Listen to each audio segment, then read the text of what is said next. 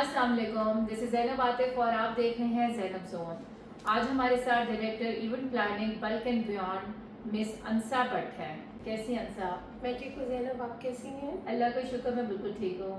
अंसा, आप director event planning है। जी। आप ने इस फील्ड में कदम कब और कैसे रखा? मैंने इस फील्ड में 10 साल हो गए इस इवेंट डिफरेंट इवेंट किए। मेरी वालदा एक डिज़ाइनर थी, वो एक ड्रेस डिज़ाइनर थी। अच्छा, नाइस जी। उन्हीं को देखते हुए अब मुझे चीज़ें ऑर्गेनाइज करने का शौक़ था। चीज़ें कैसे वेल ऑर्गेनाइज होनी चाहिए आपको। आप मुख्तलिफ लोगों को देखते हैं, मिलते हैं, कुछ का रखने का अंदाज़ किसी और तरीके का होता है, आप किसी और तरीके से देख रहे होते हैं। हर एक का अपना देखने का एक अंदाज़ होता है। डिज़ाइनर जो आपको जो मेरी मदर से मुझे मिली चीज़ें, उनका एक डिफरेंट अंदाज़ था देखने का। वो डिज़ाइनर थी। पहला इवेंट जो आपने किया वो किसका था और कैसा तजुर्बा रहा? पहला इवेंट तो मैंने घर से किया। मेरे कज़न की शादी थी, उसको पूरा ऑर्गेनाइज किया, उसको डेकोर किया, उसका venue and each and everything उसको हमने किया। सेकेंड हमने बैन का इवेंट लॉन्च किया। एजुकेशन एक आपका इदारा है जो पाकिस्तान में इंट्रोड्यूस हुआ, उसका इवेंट किया। और बर्थडे के और डिफरेंट इवेंट हमारे जो थे वो हमने किए। सीएम का एक इवेंट किया। जी, आपने सीएम पंजाब का भी एक इवेंट किया, कैसा रहा? लेबर डे के ऊपर लेबर डे का इवेंट था सीएम मरियम नवाज का, वो हमने ऑर्गेनाइज किया। अल्हम्दुलिल्लाह अल्लाह पाक ने कामयाबी दी उसमें भी। माशाल्लाह। ये अभी आपने इसी साल किया? जी जी, इसी साल 2025 में। मरीम नवाज से भी आपकी मुलाकात हुई? जी, मरियम नवाज से मुलाकात तो नहीं हुई, क्योंकि इवेंट ऑर्गेनाइज करते हुए आपको आपकी बहुत सारी चीज़ें जो है ना आपने देखनी होती हैं। आपने बैकएंड पे देखना होता है, आपने फ्रंट देखना होता है, और उसमें आप ये कहें कि कोई मुलाकात का हो वो मुश्किल होता है। टीम होती है, टीम होती है। सही। ऐसे इवेंट प्लानर, आपका दिन कैसा गुजरता है? मेरा दिन इसकी तैयारियां, इवेंट की तैयारियां तो आपको 1 वीक से पहले ही स्टार्ट हो जाती है। सही। आपको लेबर को देखना होता है, आपको डिफरेंट चीज़ें ऑर्गेनाइज करके देनी होती हैं। आपको ये होता है कि रात भी समटाइम होता है कि आप रात इवेंट से एक दिन पहले हमने पूरी रात उसको ऑर्गेनाइज करवाना होता है कि सुबह हमें इवेंट टाइम के ऊपर जो है वो हमने पूरा उसको क्लोज करना होता है, क्लोज करके देना होता है हमने उसको। कामयाब इवेंट के पीछे कौन सी बातों का ख्याल रखना जरूरी है? कामयाब इवेंट के पीछे आपको मैं समझती हूँ कि टीम को लेके चलना, आपको एक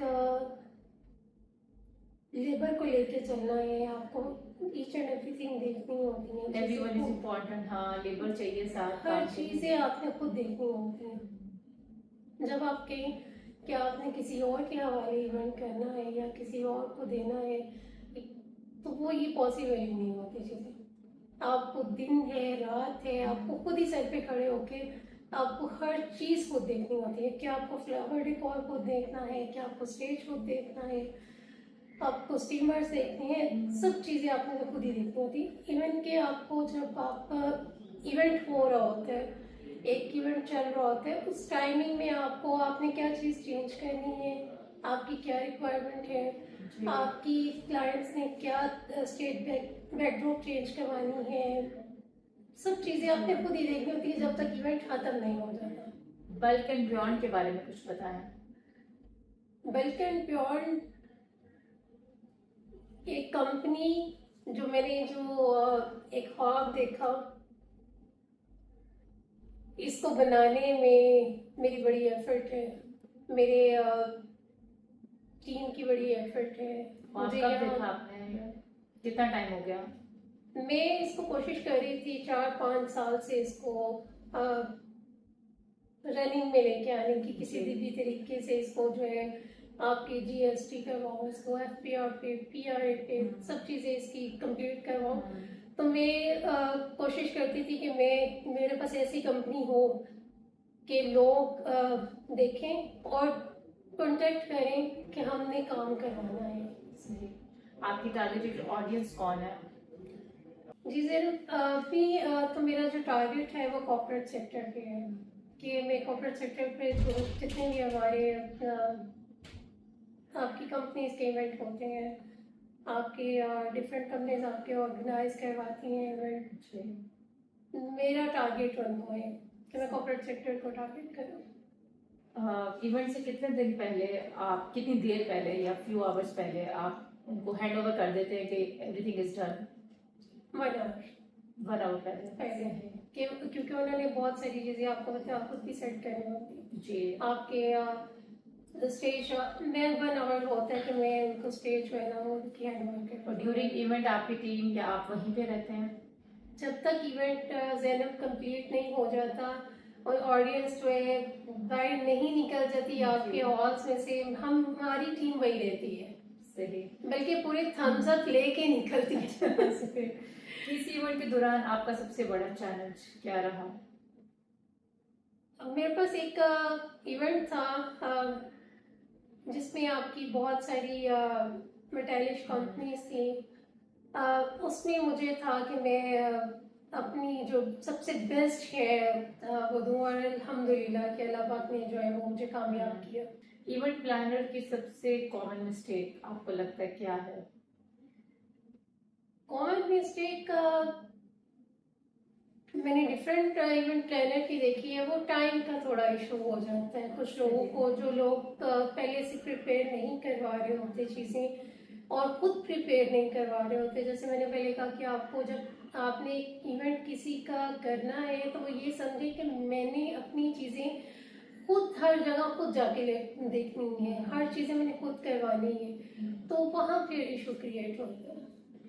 कभी दबाव वाला सीजन आता है जहाँ ज्यादा इवेंट्स होते हैं, जी उसको कैसे मैनेज करती हैं?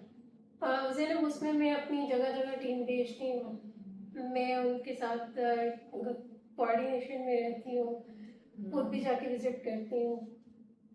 अल्हम्दुलिल्लाह मैनेज कर लेते हैं। टीम काफी मैटर करती है। बहुत मैटर करती है। टीम को हायरिंग करने में क्या खूबियाँ देखती हैं?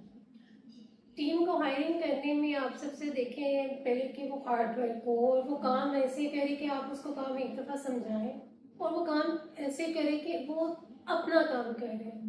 और अल्हम्दुलिल्लाह कि जब इवेंट एक कंप्लीट हो जाता है तो मुझे जितनी खुशी होती है मेरी टीम को भी उतनी ही खुशी होती है उसको कंप्लीट करके। नाइस।